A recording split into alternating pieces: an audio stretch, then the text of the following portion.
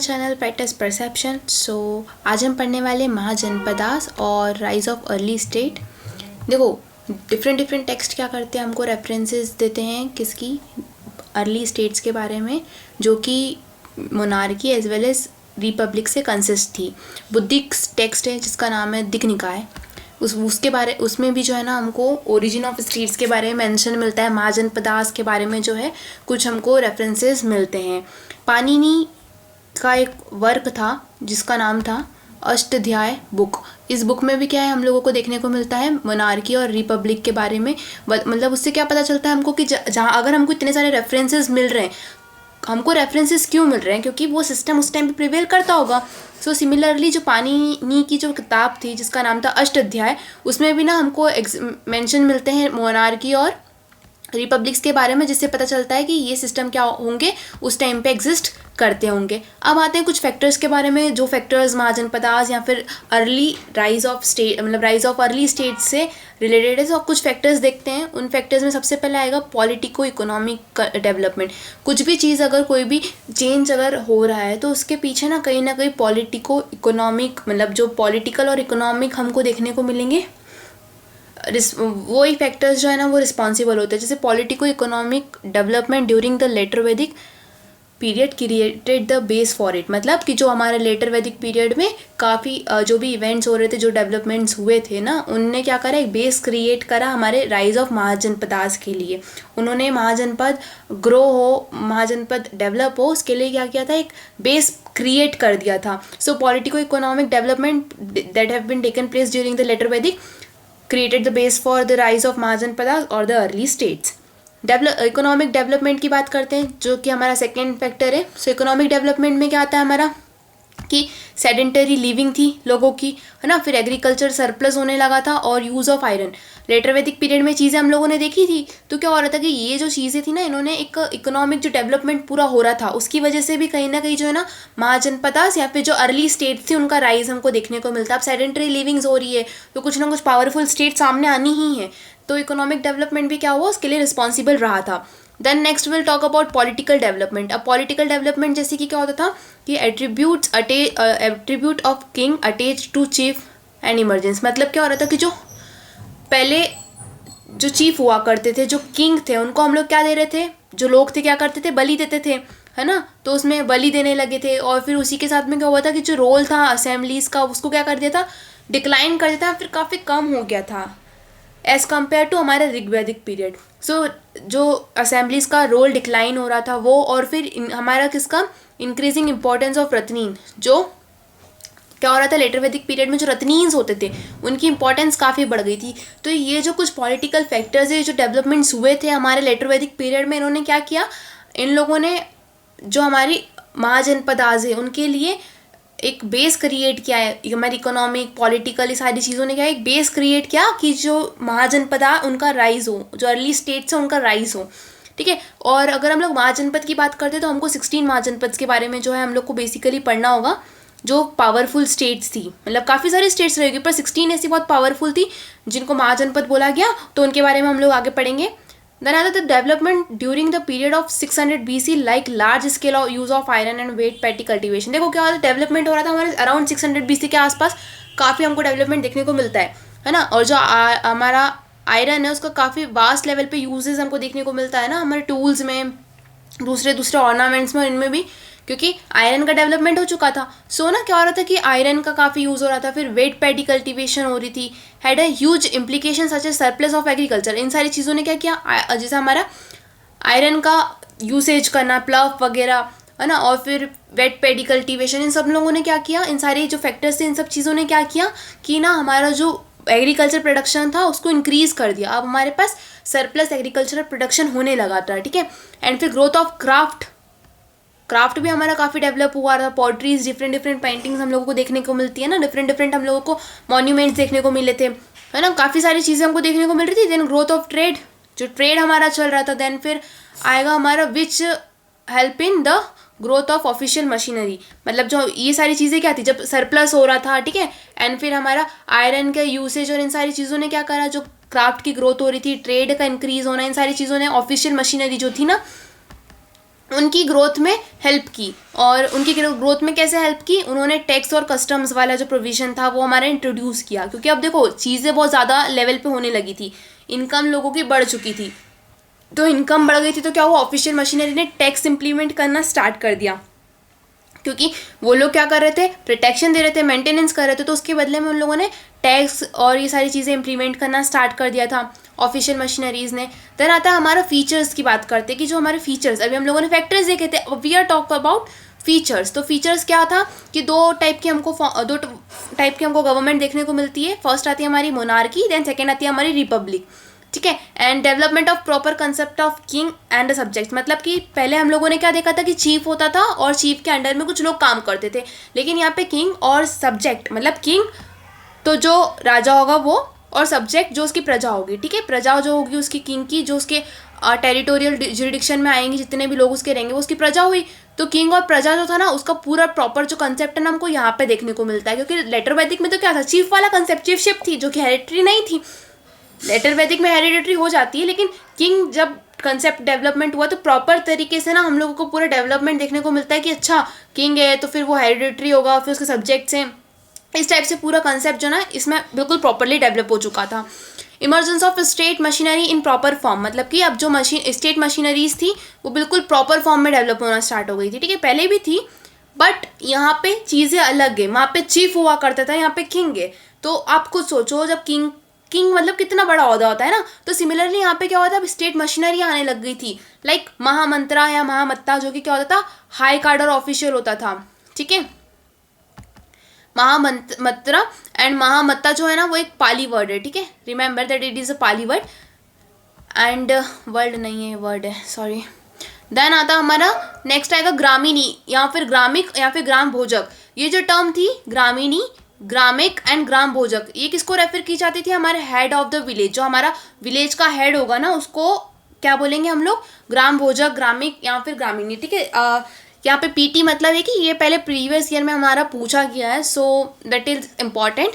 Then फिर आता है आयुक्ता। अब आयुक्ता कौन होता है, आयुक्ता जो टर्म था वो किसको रेफर किया जाता था, जनरल कार्डर ऑफिसर को, ठीक है। जो हम लोगों ने ऊपर देखा था हायर कार्डर के लिए हम लोगों ने यूज़ किया था महामत्रा, लेकिन जो जनरल कार्डर की अगर बात करते तो वहाँ पे आयुक्ता टर्म का यूज़ किया गया था।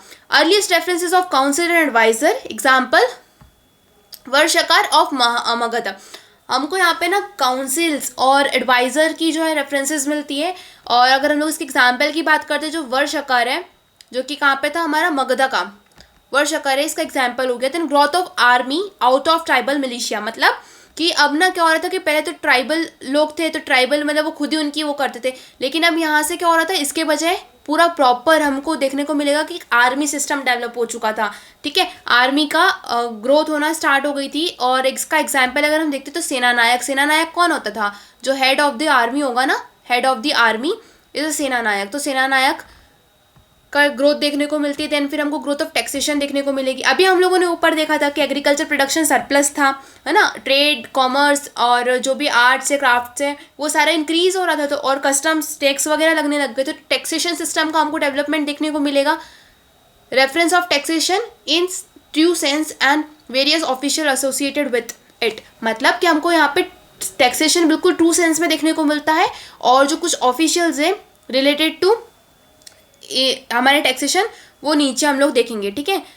लाइक बात है the state demand was 1/6 and the demand both in case and the kind, मतलब जो हमारा पूरा प्रोडक्शन है, लेट सपोज कि हमारा पूरा प्रोडक्शन 100 है, तो 100 का 1/6 जो है ना वो किसके पास जाएगा, हमारी गवर्नमेंट के पास, सॉरी गवर्नमेंट के पास नहीं, हमारे जो टैक्सेशन ऑफिशियल्स होंगे उनके पास में जाएगा 1/6 पार्ट ऑफ द प्रोडक्शन, और किसके रूप में जाएगा, वो हमारे टैक्स के रूप में। तो इतना जो है ना वो टैक्स के रूप में जाता था। एंड ये क्या हमारा कैश के काइंड में भी, मतलब कि आप पैसों के फॉर्म में भी दे सकते थे, या फिर काइंड मतलब गुड्स के फॉर्म में भी आप उसको दे सकते थे। और जो बलि था, मतलब पहले बलि क्या होती थी, बलि was an voluntary offering but now it became a tax, ठीक है, मतलब ये टैक्स बन गया था।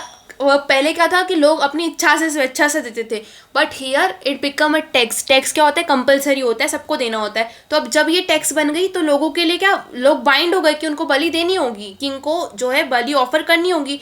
तो जो पहले हमारा वॉलेंट्री ऑफरिंग हुआ करता था अब वो टैक्स बन चुका था जो सबको पे करना होगा। और इसके अलावा अगर हम कुछ अलग अदर टैक्सेस की बात करते तो दैट इंक्लूड्स करा एंड भाग।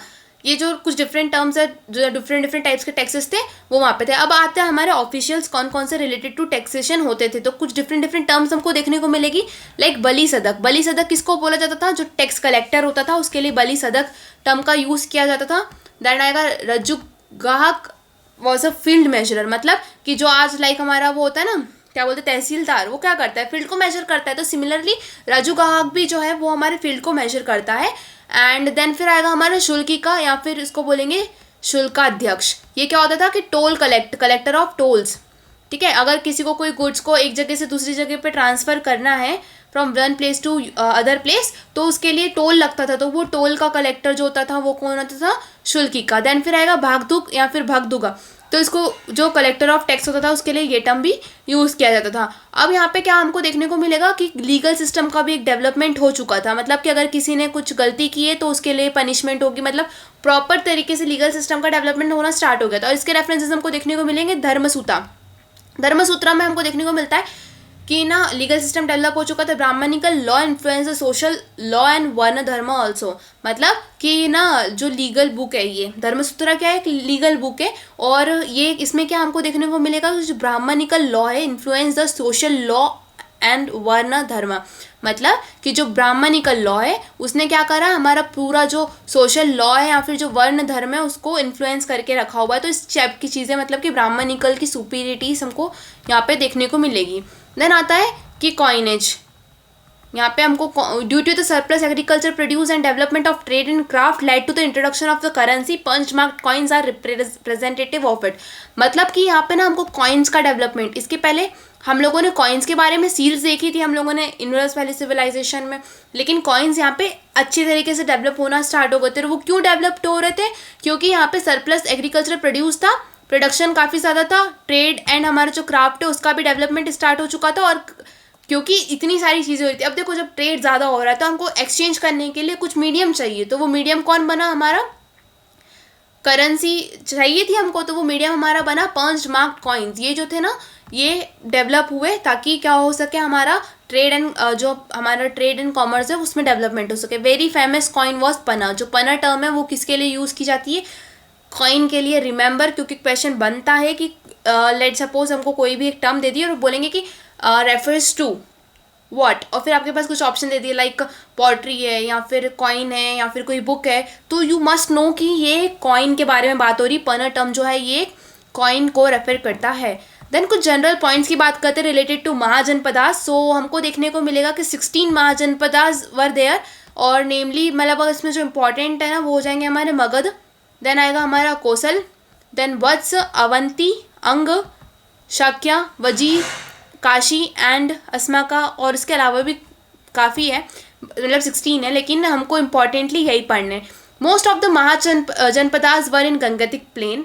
जो गंगेटिक प्लेन है हमारा, वहाँ पे हमको ज़्यादा से ज़्यादा जनपद देखने को मिलेंगे एक्सेप्ट अस्मका। ये अस्मका को छोड़ के बाकी सब ज़्यादातर हमको वहाँ पे देखने को मिलेंगे गैंगेटिक प्लेन्स में। This was the only Mahajanapada lie in the south of Vindhyas range, मतलब कि जो हमारी विंध्या रेंज है जो कि मध्य प्रदेश में, सो उसके नीचे उसके साउथ में जो है ना हम लोगों को ये अस्मका जो कि डेक्कन प्लेट्यू में है वहाँ पे ही देखने को मिलेगा। बाकी लगभग हमको सारे जनपदा कहाँ देखने को मिलते हैं? हमको गैंगेटिक प्लेन्स में, ठीक है। रिपब्लिक की बात करते कि कौन कौन सी स्टेट्स थी जो कि रिपब्लिक्स थी। हम लोगों ने देखा था मोनार्की और रिपब्लिक दो थे, तो रिपब्लिक में आ जाएगा हमारा Vajji which included 8 clans and most powerful were Licchavis with their capital Vaishali. देखो वज्जीज जो थी ना, वज्जी स्टेट, उसमें क्या था कि वो 8 क्लेन्स को कंसिस्ट करती थी, है ना। 8 क्लेन जो उसके अंडर में आते थे and most powerful was Licchavi. जो लिच्छवी है वो काफ़ी इंपॉर्टेंट था एंड इसकी कैपिटल क्या थी?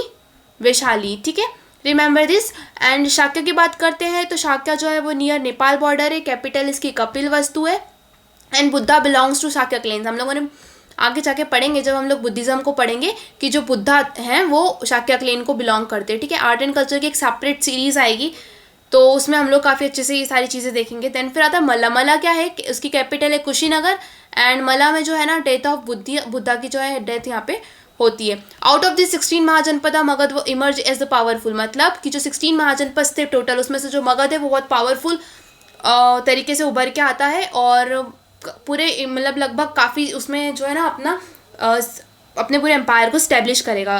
तो Magadh was very important and under the leadership of Bimbisara he started, मतलब जो बिम्बिसार की लीडरशिप के अंदर में क्या है, मगध क्या होता है, एक पावरफुल स्टेट की तरह इमर्ज करके आता है। और बिम्बिसार ने कौन सी पॉलिसी को इम्प्लीमेंट किया था, policy of conquest and aggression which ended by Ashoka after the Kalinga war. मतलब कि जो हमारे बिम्बिसार है उन्होंने मगध को पूरा फैलाया था एंड फिर क्या होता है कि ना उन्होंने कौन सी पॉलिसी अपनाई थी, conquest and aggression, policy of conquest and aggression.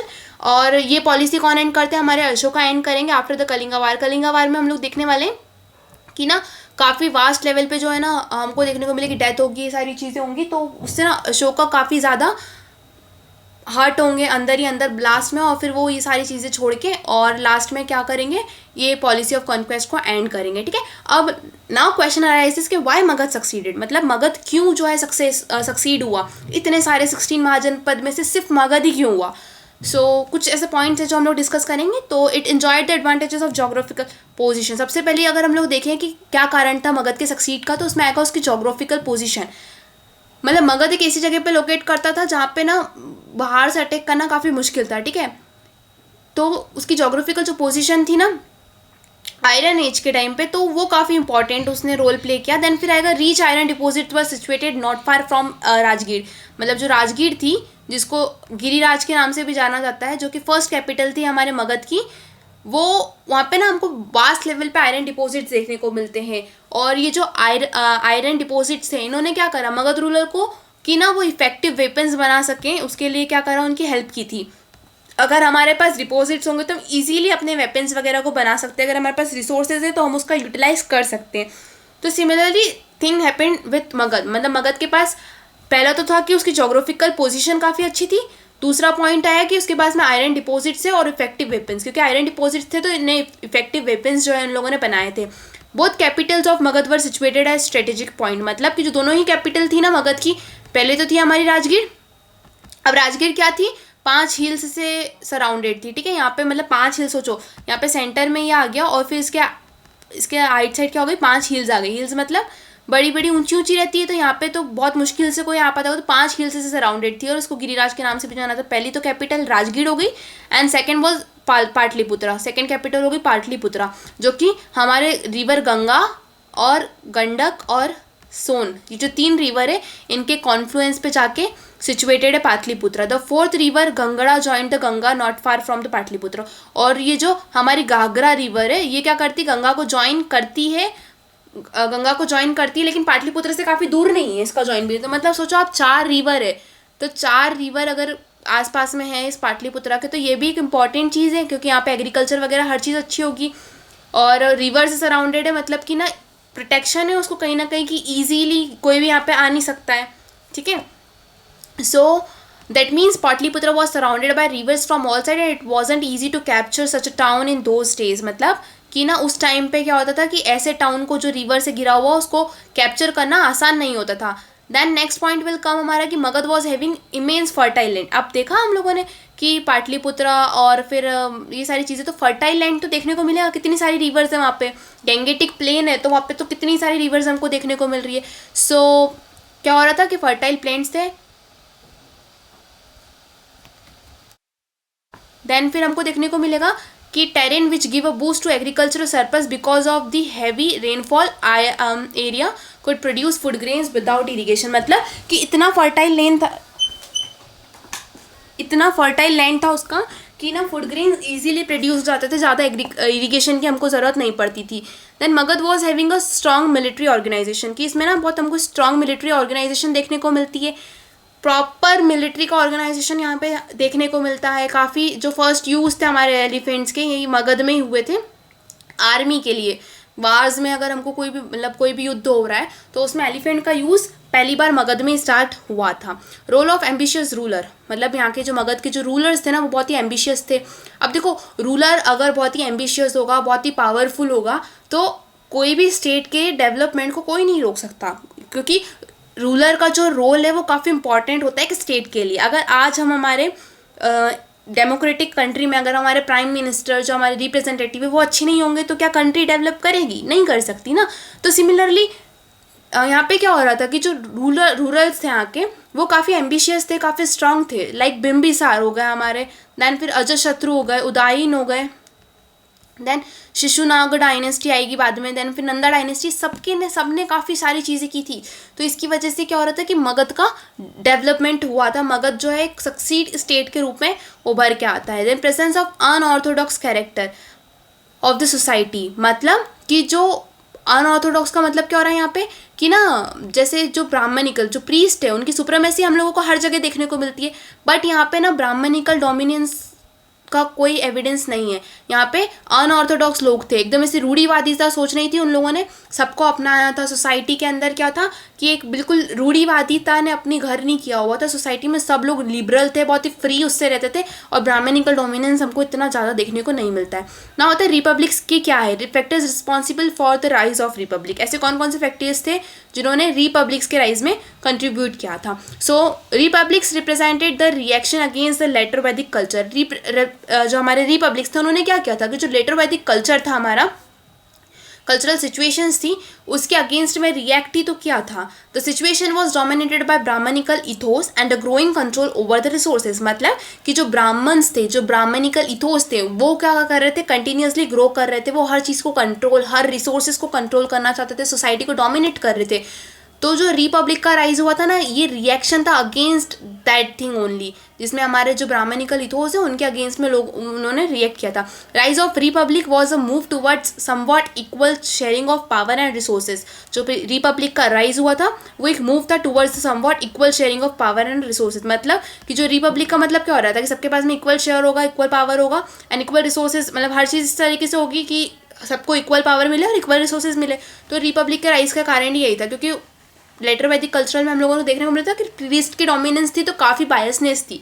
तो यहाँ पे क्या हो रहा था कि इक्वल शेयरिंग हो रही थी। ठीक है, अब देखते हैं नेचर ऑफ रिपब्लिक की, किस टाइप का नेचर जो हमको रिपब्लिक का देखने को मिलता है। The core of Republican system was a public assembly, मतलब कि जो कोर की बात करते हैं हम लोग एक रिपब्लिकन सिस्टम के लेके, तो इसमें जो पब्लिक असेंबली है ना वो कोर था पूरे इसका, not like a king in A monarchy, मतलब कि जो पब्लिक असेंबली होती थी, कुछ पब्लिक के रिप्रेजेंटेटिव यहाँ पे रहते थे और फिर उसमें लोगों के ओपिनियन को सुना जाता था। ठीक है, सिर्फ ऐसा नहीं कि किसी एक इंसान, लोगों के ओपिनियन को सुना जाता था। सो पब्लिक असेंबली यहाँ पे देखने को मिलती है हम लोगों को, unlike the king in the monarchy, मतलब कि किंग कैसा होता है कि बस जो किंग ने ऑर्डर दे दिया वो सुप्रीम होगा, उसके अलावा किसी की नहीं चलेगी। ठीक है, सो ऐसा कोई सिस्टम यहाँ पे नहीं होता है। देन आएगा the public assembly was headed by chief, एक चीफ जो रहेंगे वो उस पब्लिक असेंबली को हेड करेंगे, who didn't represent the king, मतलब वो किंग जैसे नहीं होंगे, सिर्फ वो क्या होंगे, चीफ होंगे, किंग की तरह नहीं होंगे ना, वो किंग को रिप्रेजेंट करेंगे। ठीक है, assembly consist of large number of members, मतलब कि काफ़ी सारे मेंबर्स उस असेंबली में होते हैं। Example, in case of Licchavis of Vaishali, Raja set on the assembly in the hall and Brahmanas were not included in this group, मतलब कि अगर हम लोग एग्जाम्पल की बात करते हैं कि किस टाइप का होता था, सो देखो लिच्छवीज ऑफ वैशाली जो था ना, इन लोगों ने क्या करा कि ना सारे राजा महाराजा जो थे, राजास थे, वो क्या करे उस असेंबली हॉल में बैठे थे एंड उसमें कोई भी ब्राह्मण इंक्लूड नहीं थे उस ग्रुप में। So that kind of system was there in republic. Head of assembly was known as raja और सेनापति, जो असेंबली का हेड होता था उसको राजा या फिर सेनापति कहा जाता था। It was more like oligarchy, जो आज हमारे प्रेजेंट सिस्टम में अगर हम लोग बात करें ओलिगार्की की तरफ पे होता है, that is the member of the assembly from a Nobel families and not from the common people, मतलब कि जो मेंबर्स होंगे असेंबली के वो क्या होंगे, जो मेंबर्स होंगे हमारी असेंबली के वो कौन होंगे, नोबल फैमिली के लोग होंगे। ठीक है, नोबल फैमिली के लोग होंगे और वो कॉमन पीपल्स में से बिल्कुल भी नहीं होने वाले हैं, वो नोबल फैमिली के मेंबर्स होंगे। हम प्रेजेंट में ओलिगार्की के सिस्टम में देख सकते हैं। Public administrative machinery consist of raja, uparaja, senapati, bhandagarika, this were the, मतलब कुछ हमको देखो एडमिनिस्ट्रेटिव यहाँ पे ना मशीनरीज देखने को मिलेगी, जिसमें कि कौन कौन सी डिफरेंट वो होती थी पोस्ट, राजा, उपराजा, देन सेनापति, हम लोगों ने ऊपर देखा था कि सेनापति, देन फिर आएगा हमारा बंदागरिका, जिनको बंदागरिका क्या है, बंदागरिका जो टर्म है वो फॉर द ट्रेजरी के लिए यूज़ की जाती थी, तो जो उसकी ट्रेजरी की सुरक्षा के लिए होते थे, इस टाइप के कुछ पूरे हमारे एडमिनिस्ट्रेटिव मशीनरी हमको देखने को मिलती है। अब ये हो गया हमारा natures and factors responsible for republic. अब हम लोग बात करेंगे डिक्लाइन ऑफ रिपब्लिक, क्योंकि रिपब्लिक का डिक्लाइन किस तरीके से होता है। So decline of republic, there were not republic in the true sense, मतलब कि जो रिपब्लिक का सिस्टम था वो ट्रू सेंस में रिपब्लिक नहीं था। The rules by the Republic was a conservative and Orthodox, मतलब कि वो लोग क्या थे, कंजर्वेटिव भी थे एज वेल एज ऑर्थोडॉक्स थे इन नेचर में। Many believed in racial supremacy and का कंसेप्ट ऑफ प्यूरिटी। एग्जाम्पल क्या, मतलब कि ये लोग क्या कर रहे थे, ट्रू सेंस में रिपब्लिक नहीं अपने आप को रिप्रेजेंट कर पा रहे थे। ये लोग कहीं ना कहीं कंजर्वेटिव और थोड़े से ऑर्थोडॉक्स काइंड ऑफ लोग थे, है ना। और इनमें हम लोग को कैसे पता चलता है कि ऑर्थोडॉक्स और कंजर्वेटिव थे, क्योंकि ये लोग क्या करते थे, रेशियल सुप्रीमेसी, जो हमारा रेस को लेके भेदभाव होता है ना, उसमें रेशियल सुप्रीमेसी पे बिलीव करते थे, और प्यूरिटी वाले कंसेप्ट में, लाइक क्या जो क्लेन है ना कि भैया ये वाला क्लेन जो ये प्योर होगा, ये इम्प्योर लोग है, तो इस टाइप का जो कंसेप्ट था उन लोगों के बीच में होता था। A large public assembly itself was the weakness, मतलब कि जो हमारी लार्ज पब्लिक असेंबलीज होती थी, देखो क्या होता है मोनार्की में, एक सिंगल पर्सन को क्या करना होता है, डिसीजन लेना होता है, ठीक है। वहीं अगर हम रिपब्लिक्स की बात करते हैं तो रिपब्लिक में क्या करते हैं, पूरी एक असेंबली जो है हमारा डिसीजन ले रही होती है। अब असेंबली के अंदर डिफरेंट लोग होंगे, ठीक है, किसी का व्यू अलग है, किसी का व्यू अलग है, किसी का व्यू अलग है। सो जो एक लार्ज हमारी असेंबली होती थी ना, ये खुद ही अपने आप में क्या एक वीकनेस है in the context of policy making. अगर हमको कोई भी पॉलिसी को बनाना है, कोई भी डिसीजन लेना है, या फिर हमको कोई भी चीज़ करनी है, तो अब बहुत सारे लोग हैं, ठीक है, थोड़े कम लोग होंगे तो इजीली हम उनको कंट्रोल कर सकते हैं, बट क्योंकि ज़्यादा लोग थे तो सीक्रेसी को मेंटेन करना काफ़ी मुश्किल था, और इसीलिए हमारे काफ़ी टाइम क्या होता था कि सीक्रेट्स लीक हो जाते थे। अब किसी ने भी बाहर जाके, लेट सपोज यहाँ पे इतने लोग हैं, ठीक है, उनमें से इसने जाके अगर बाहर किसी को कुछ बता दिया, अपनी फैमिली में ही सही या किसी और को बता दिया, तो सीक्रेसी मेंटेन नहीं हो पा रही है, तो काफ़ी मुश्किल होता था। और यही एक क्या थी, वीकनेस थी हमारे रिपब्लिक्स को लेके। मोनार्की वो exploited these weaknesses and adversely affect the Republican system, मतलब मोनार्की ने क्या करा कि यही जो वीकनेसेस थी ना, इनको अपना जरिया बनाया, और इस रिपब्लिक सिस्टम मतलब ये जो रिपब्लिक सिस्टम था ना, इसी चीज़ ने क्या करा, इनकी जो वीकनेस थी इसने उनको एडवर्सली अफेक्ट किया था पूरे रिपब्लिकन सिस्टम को। Static nature of the republic, no policy of expansion. देखो क्या हो रहा था कि रिपब्लिक जो थे ना, एक ना बिल्कुल स्टैटिक हो गए थे, मतलब वो अपने आप को रिफॉर्म नहीं कर पा रहे थे, कोई अपने आप में चेंजेस नहीं कर पा रहे थे, कि स्टैटिक है कि हाँ भैया जो है जैसा है वैसा ही रहने दो, कोई हम लोगों को चेंजेस नहीं करने, इस टाइप के जो है ना उनका नेचर हो चुका था। तो स्टैटिक नेचर की वजह से क्या हो रहा था कि उन लोगों ने पॉलिसी में कुछ एक्सपांशन नहीं किया था, no policy expansion, absence of effective foreign policy, मतलब कि फॉरेन पॉलिसी भी हमको कहीं ना कहीं एब्सेंट देखने को मिलती है। तो ये इन सारी चीज़ों ने भी क्या करा, उनके डिक्लाइन में कहीं ना कहीं कॉन्ट्रीब्यूट किया। Alexander invasion also distributed some republics in the vicinity of Alexander's route, मतलब कि ना जब अलेक्जेंडर का इन्वेजन हुआ था तो तब भी ना काफ़ी सारी रिपब्लिक्स जो थी उनको क्या करा कि अलेक्जेंडर के रास्ते में जो आई थी ना, वो कहीं ना कहीं बढ़ गई थी।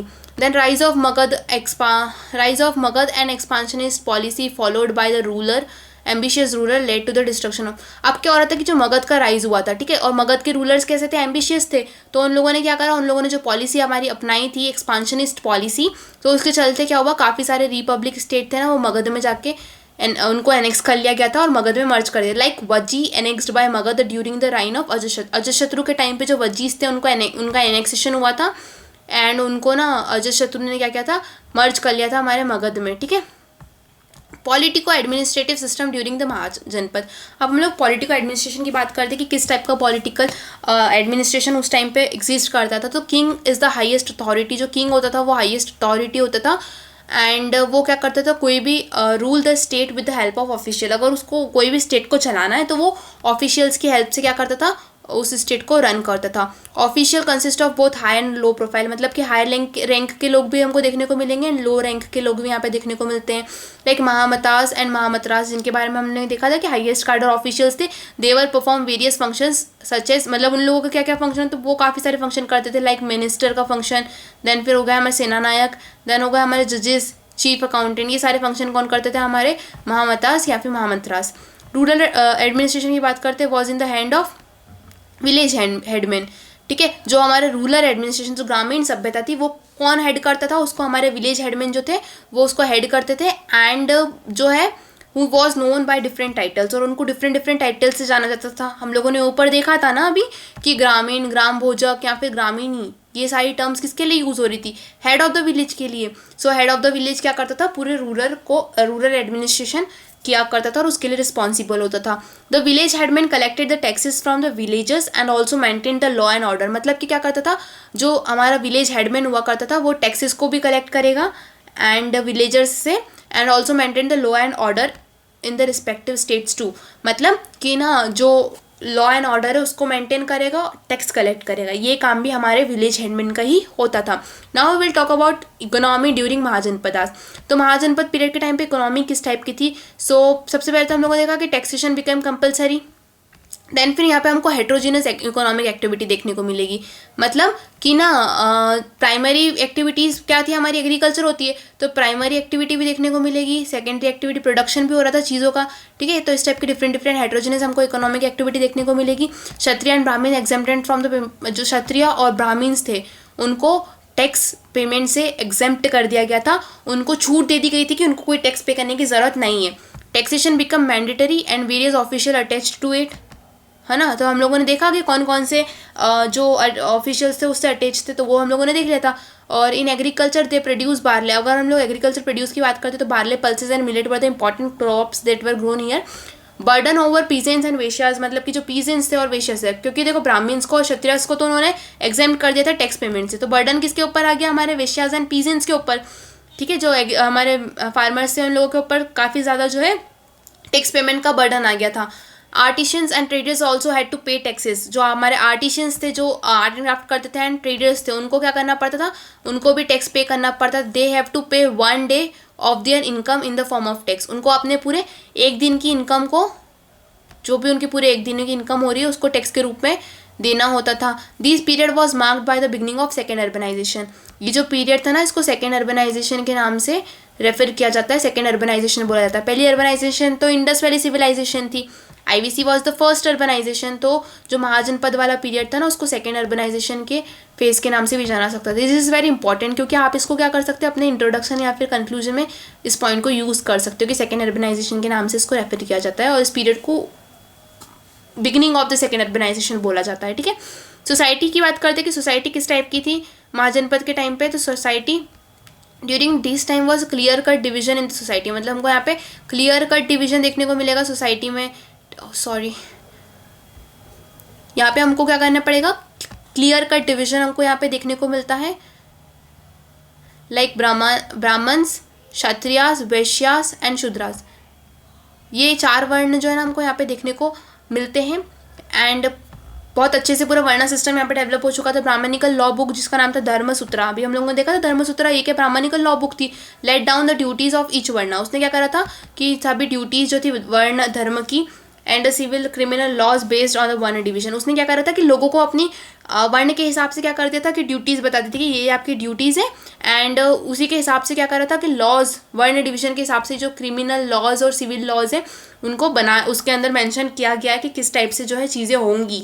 डिफरेंट वर्ण, अगर ब्राह्मणिकल वर्ण के किसी इंसान ने कोई क्राइम किया है तो उसके लिए क्या पनिशमेंट होगी, कोई दूसरे वर्ण के लिए किसी ने कोई क्राइम किया है तो उसके लिए क्या पनिशमेंट होगी। क्लियर कट यहाँ पे डिवीजन हमको देखने को मिलता है। All kind of disabilities were imposed over the Shudras. मतलब कि जितनी हमको डिसेबिलिटीज़ देखने को मिलती ना वो सारी शूद्रास के ऊपर ढोल दी थी। They were deprived from their religious and legal rights. उनको रिलीजियस एज वेल एज अपने लीगल राइट्स दोनों से क्या करते डिप्राइव कर दिया गया था, उनको हटा दिया गया था। They couldn't be invested in उपन्यास, है ना, और even they can't even invest in the उपन्यान। इतना मतलब उन लोगों को काफ़ी ज़्यादा जो क्या कर रहे थे डिप्रेस कर रहे थे, हम लोगों को सप्रेस किया जा रहा था, उन लोगों को उनके राइट्स डिनाई किए जा रहे थे। Crimes committed by the Shudras against the Brahmins and other were punished severely whereas the crime committed against the Shudras were punished lightly. मतलब लेट सपोज कोई शूद्रा इंसान है, ठीक है, कोई शूद्रा है, उसने ब्राह्मण के अगेंस्ट में कोई क्राइम किया, ठीक है, उसने ब्राह्मण के अगेंस्ट में कोई क्राइम किया तो विक्टिम कौन हुआ? ब्राह्मण हुआ, ठीक है। अगर विक्टिम ब्राह्मण है और शूद्रा ने अगर कोई क्राइम किया तो जो पनिशमेंट शूद्रा को मिलेगी ना वो काफ़ी सीवियर होगी। वहीं अगर कोई क्राइम ब्राह्मण ने या कोई दूसरे वर्ण के इंसान ने किया है तो अगेंस्ट शूद्रा, सो उसको लाइट पनिशमेंट मिलेगी, है ना, उनको लाइट पनिशमेंट मिलेगी। इसका मतलब क्या है कि शूद्रास को सोसाइटी में लो लेवल पे रखा जा रहा था, ठीक है, उनकी इतनी ज़्यादा वैल्यू नहीं की जा रही थी। तो वही यहाँ पे लिखा है कि crime committed by Shudras against the Brahmins and others were punished severely, यहाँ पे सीवियर पनिशमेंट थी। वहीं अगर crime committed against the Shudra, अगर अगेंस्ट शूद्रा के अगेंस्ट में कोई क्राइम हुआ है सो उनको लाइटली जो है पनिश किया जाता था। The civil and criminal law was administered by the royal agents and the punishment in criminal offences were governed by the idea of revenge. मतलब कि जो सिविल एंड क्रिमिनल लॉ थे उनको एडमिनिस्टर कौन करता था, हमारे रॉयल एजेंट्स जो थे वो उसको एडमिनिस्टर करते थे। एंड जो पनिशमेंट होती थी क्रिमिनल ऑफेंसेस की उसको एक ही आइडिया से, जो कि आइडिया ऑफ रिवेंज, रिवेंज के मतलब कि बदले के भाव से ही ना कोई भी क्रिमिनल ऑफेंसेस को ट्रीट किया जाता था। एग्जाम्पल की बात करते तो आई फॉर आई, मतलब कि अगर किसी ने मर्डर किया है तो क्योंकि उसने मेरे किसी फैमिली मेम्बर को मारा है तो मैं भी उसके किसी फैमिली मेम्बर की हत्या कर दूंगी। तो इस टाइप की जो चीज़ें थी ना कि आई फॉर आई वाला कंसेप्ट, आइडिया ऑफ रिवेंज जो था ना, उस टाइप का आइडिया यहाँ पे डेवलप हो चुका था कि अगर किसी के यहाँ से अगर उसने उसके यहाँ चोरी की है तो उसके यहाँ भी चोरी हो जाए, इस टाइप का जो पूरा रिवेंज वाला सिस्टम यहाँ पे था। अब सेकेंड अर्बनाइजेशन हमने देखा था कि this phase was the beginning of second urbanization. तो अब सेकेंड अर्बनाइजेशन के बारे में थोड़ा सा देखते कि किस टाइप से हो रहा था। देखो हम लोगों ने देखा था 3550 BC से लेके 255 BC से क्या हो रहा था, यहाँ पे सारी चीज़ें राइज होना स्टार्ट हुई थी। फिर आईवीसी का फेज आता था, आईवीसी का फेज हमारा चलता है 750 BC तक, ठीक है, 750 BC तक। इसमें इंडस वैली सिविलाइजेशन का राइज होता है। इंडस वैली सिविलाइजेशन हमारे 750 में क्या हो जाती है, डिक्लाइन हो जाती है। जैसे ही इंडस वैली डिक्लाइन होती है तो यहाँ पे आएगा फिर हमारा अर्ली वैदिक पीरियड, ठीक है, अर्ली वैदिक एंड लेटर वैदिक। पहले तो कुछ नहीं चलता है हमारा, जो उसके बाद वाला आईवीसी के बाद वाला फेज होता है, यहाँ पे तो इतना कोई हमको खास डेवलपमेंट यहाँ पे देखने को नहीं मिलता है, यहाँ पे चीज़ें डिक्लाइन हो रही थी। लेकिन फिर यहाँ पे क्या होता है कि धीरे धीरे 1300 के बाद में रूरल कल्चर डेवलप होता है और 600 BC के बाद में जहाँ पे क्या हो रहा था, महाजनपद वाला पीरियड आ जाता है। तो महाजनपद वाले पीरियड के बाद में हम लोग देखेंगे कि ना जो सेकेंड अर्बनाइजेशन है उसका ग्रोथ स्टार्ट हो जाती है, ठीक है, अपवर्ड मूवमेंट हमको ग्राफ में देखने को मिलेगा। तो ये जो ग्राफ है ना ये काफ़ी अच्छा है। अगर आपको एग्ज़ाम में आए क्वेश्चन रिगार्डिंग दिस तो आप बता सकते हो कि अर्बनाइजेशन किस टाइप से जो चीज़ें सोसाइटी में पहले ना हमारी फर्स्ट अर्बनाइजेशन का डेवलपमेंट हुआ था, फिर उसका डिक्लाइन हुआ, फिर रूरल कल्चर आया एंड देन फिर सेकेंड अर्बनाइजेशन का। This period is important for the specific kind of pottery. जो हमारा महाजनपद वाला पीरियड था इसमें पॉटरी हमको स्पेसिफिक काइंड की पॉटरी देखने को मिलेगी। वो भी कौन सी थी, northern black and polished where. This period also witness the period of guild. मतलब गिल्ड क्या होते हैं कि सेम टाइप ऑफ, जैसे लेट सपोज सुनार है कोई, ठीक है, सोनी है, तो जितने भी सोनी है ना वो सारे एक पर्टिकुलर एरिया में जाके रहने लग जाएंगे, ठीक है, एक पर्टिकुलर। तो गिल्ड वाला सिस्टम यहाँ पे देखने को मिलता है। इनके रूल्स अलग होंगे, है ना, मतलब उनके हिसाब से बने होंगे। तो सारे एक पूरे एरिया में रहेंगे, उनकी सारी चीज़ें उनके हिसाब से होगी। तो इस टाइप की चीज़ें यहाँ पे वो एक ग्रुप की तरह काम करते थे, ठीक है। This period also witness the period of guilds. There were 18 types of guilds, ठीक है, यहाँ पे 18 टाइप्स के हमको गिल्ड्स यहाँ पे देखने को मिलते हैं present during this time. Guild act as a group, act as instrument for transferring skill from one generation to other generation. देखो क्या हो रहा था कि सेम टाइप के लोग यहाँ पे रह रहे हैं, ठीक है, तो क्या हो रहा था कि एक जनरेशन से दूसरी जनरेशन में स्किल्स, लोग क्या हो रहा था यहाँ पे एक ऑक्यूपेशन में एक ही चीज़ में क्या होते हैं स्किल्ड हो रहे थे, क्योंकि ट्रांसफर ऑफ स्किल्स हमको यहाँ पे देखने को मिलता है। अब जनरल पॉइंट्स अगर हम लोग मगध से रिलेटेड की बात करते हैं तो general points related to Magadh वर, सबसे पहले देखेंगे the earliest capital of Magadh was Rajgir. हम लोगों ने अभी देखा था कि राजगीर इसकी फर्स्ट कैपिटल थी। Then later on during the time of Udayan ने क्या कर दिया था, पाटलिपुत्र को अपनी कैपिटल बना लिया था। During the Shishunaga dynasty capital temporary shifted to Vaishali. और जब शिशुनाग डायनेस्टी इसको रूल करने आई थी तो उस टाइम पे जो उसकी टेम्पररी कैपिटल क्या था, हमारी वैशाली को बना दिया गया था, ठीक है, वैशाली जगह का नाम है। देन अगर Magadh rose to the prominence under the leadership of Bimbisara, मतलब कि बिम्बिसार की लीडरशिप में क्या हो रहा था कि मगध ने काफ़ी ज़्यादा ग्रोथ की थी, ठीक है। उन्होंने policy of conquest and aggression की जो पॉलिसी इन्होंने इंट्रोड्यूस की थी और इस पॉलिसी का एंड अशोका करते हैं। आफ्टर कलिंगा वार के बाद में क्या करते हैं, अशोका इस पॉलिसी का एंड कर देते। बिम्बिसार ने स्टार्ट की थी ना, अशोका ने इसको एंड की थी। बिम्बिसार वो सक्सीडेड बाय अजातशत्रु। बिम्बिसार को किसने सक्सीड किया था, अजातशत्रु ने। Ajatashatru who persuaded the same policy of aggression, उन्होंने भी सेम पॉलिसी अग्रेशन वाली फॉलो की थी। Udayan was the last ruler of Haryanka dynasty who was succeeded by another dynasty of Shishunaga. मतलब जो उदयन थे was the last ruler of, वो लास्ट रूलर थे हमारे हर्यंक डायनेस्टी के, और उन्होंने अनदर मतलब जब जो हमारे उदयन की डेथ हुई थी जो कि हर्यंक डायनेस्टी के थे, उनको किसने सक्सीड किया था? शिशुनाग ने। और शिशुनाग जो थे ना डायनेस्टी के रूलर ने उनको क्या किया था? सक्सीड किया था। The greatest achievement during this phase was the destruction of power of Avanti. इस फेज में जो हम लोग पूरे बात करते तो इसमें सबसे ग्रेटेस्ट अचीवमेंट की बात करें कौन सी थी, तो इसमें था destruction of power of Avanti. जो अवंती का डिस्ट्रक्शन हुआ था was an very important achievement. ठीक है, अवंती की पावर इस टाइम पे डिक्लाइन होने लगी थी। Shishunaga succeeded by Nanda. अब जो शिशुनाग डायनेस्टी आई थी, ठीक है, क्या हो रहा था पहले कि ना बिंबिसार थे, बिंबिसार का अजातशत्रु आए, फिर अशोका और ये सारी चीज़ें हम लोगों ने पढ़ी। उसके बाद हम लोगों ने हर्यंक डायनेस्टी आती है, देन फिर हमारी शिशुनाग डायनेस्टी आती है। अब शिशुनाग डायनेस्टी के बाद में आएगी नंदा। नंदा ने शिशुनाग को सक्सीड किया था। Who proved to be most powerful ruler of Magadha, Nanda maintain the largest army. देखो जो नंदा थे ना वो क्या हो रहे थे कि उन्होंने लार्जेस्ट आर्मी को मेंटेन करके रखा था उस टाइम पे। उस टाइम पीरियड के हिसाब से लार्जेस्ट आर्मी उनके पास में हुआ करती थी। Mahapadmananda was the most powerful ruler of that dynasty. मतलब जो महापद्मानंद थे वो उस डायनेस्टी के लास्ट रूलर और बहुत ही इंपॉर्टेंट और पावरफुल रूलर थे। देन आता है Dhanananda was last ruler who was overthrown by the Chandragupta Maurya.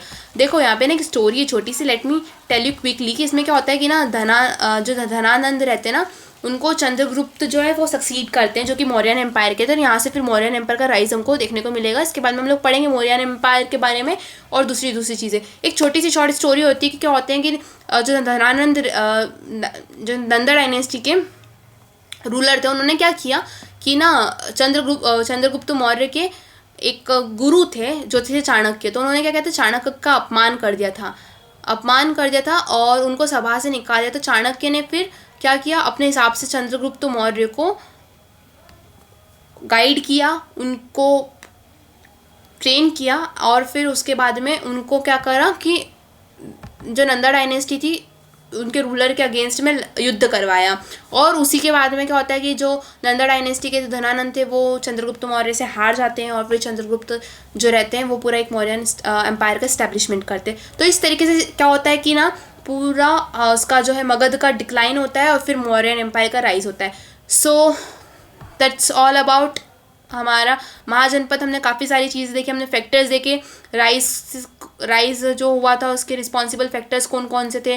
Then फिर हम लोगों ने देखे थे फीचर्स देखे थे कि अर्ली स्टेट्स किस टाइप से डेवलप हुई थी। हम लोगों ने टर्म्स देखी है, तो काफ़ी सारी चीज़ें जो हम लोगों ने इसमें देखी थी। Next we will going to study about Mauryan Empire. So I hope you like the session. If you like, please share it to your other friends and support my channel. Thank you for watching.